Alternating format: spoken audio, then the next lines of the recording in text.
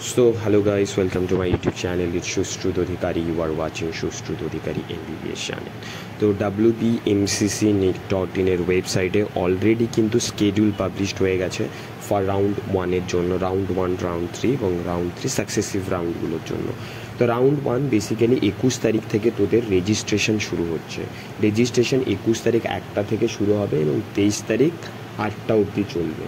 তারপর 23 তারিখ 8টা অবধি তোদের রেজিস্ট্রেশন চলবে, আর ফি পেমেন্টটা চলবে 23 তারিখ 12টা অবধি, মিড নাইট মানে রাত্রি 12টা অবধি চলবে, ঠিক আছে। অন্যদিকে তোদের ডকুমেন্ট ভেরিফিকেশান যেটা আছে, তোদের যে অ্যালোটেড সেন্টারে পড়বে সেখানে 22 থেকে 24 তারিখ অবধি ভেরিফিকেশান চলবে, সেটা 11টা থেকে 4টা অবধি মানে দিনের বেলা।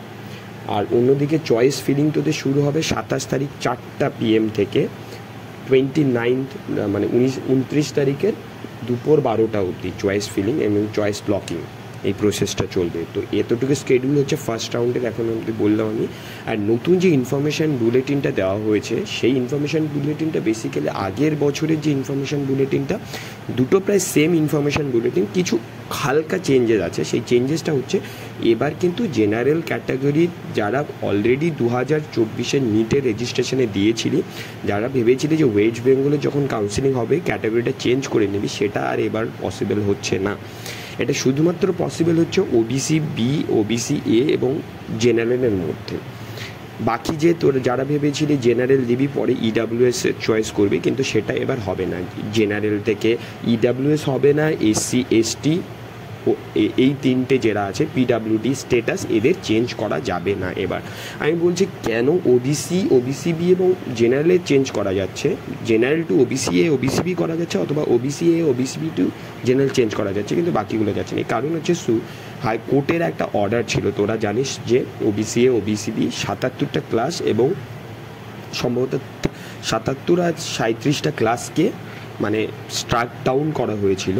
সেই ভিত্তিতেই আমার মনে হচ্ছে যেটা যে এই অর্ডারটা পাস করা হয়েছে, যেহেতু ওটা নিট UG 2024 রেজিস্ট্রেশনের পরে অর্ডারটা আসে, তার জন্যেই এই যে চেঞ্জেসটা অ্যালাউ করা হয়েছে। এবার এখানে একটা বিষয় তোদের ইনফরমেশান বুলেটিনে যেটা লক্ষ্য করা উচিত, মানে তোদের জানানো উচিত, যে এখানে বলা আছে নিট UG 2024-এর রেজিস্ট্রেশন কিন্তু অর্ডার যেটা পাস হয়েছে সে তার আগেই হয়েছে। সুতরাং অর্ডারে যা বলা হয়েছে, অলরেডি তোরা যারা কোথাও মানে অলরেডি তোরা যারা নিজেদের কাস্ট স্ট্যাটাস কোথাও দিয়েছিস, অথবা অলরেডি যারা বেনিফিশিয়ারি, অলরেডি যারা বেনিফিটেড, তারা কোথাও অ্যাফেক্টেড হবে না। অর্থাৎ নিট UG 2024-এর রেজিস্ট্রেশনে তোরা যদি OBCA OBCB caste certificate register করেছিস এবং তোর কাছে ভ্যালিড কাস্ট সার্টিফিকেট থাকে, তাহলে তুই কোনোভাবেই অ্যাফেক্টেড হবি না। এবং আর একটা যেটা অ্যাকসেপ্টেড হচ্ছে, নিট UG 2024-এর রেজিস্ট্রেশনের আগে তোদের কাছে যদি কোনো রেজিস্ট্রেশন আগে শুরু হওয়ার আগেই তোদের কাছে যদি কোনো ভ্যালিড OBC সার্টিফিকেট থাকে, তাহলে তোরা definitely eligible as a OBCA OBCB candidate. এটা ইনফরমেশন বুলেটিনের বিষয় ছিল, এটাই মেন বিষয়। দ্বিতীয় যেটা বিষয় আমি বলবো, তোরা সবাই রেজিস্টার করবি এবং ফি পেমেন্টটা যতদূর সম্ভব একদিন আগে পে করার চেষ্টা করবি। নট রিফান্ডেবল, কিন্তু ফি কিন্তু রিফান্ডেবল নয়। লাস্টের দিন তোরা যারা করার চেষ্টা করবি ফি পেমেন্ট, অনেক সময় কিন্তু ফি পেমেন্ট হয় না ঠিকঠাক, কারণ WBMCCর ওয়েবসাইটে অনেক প্রবলেম হয়।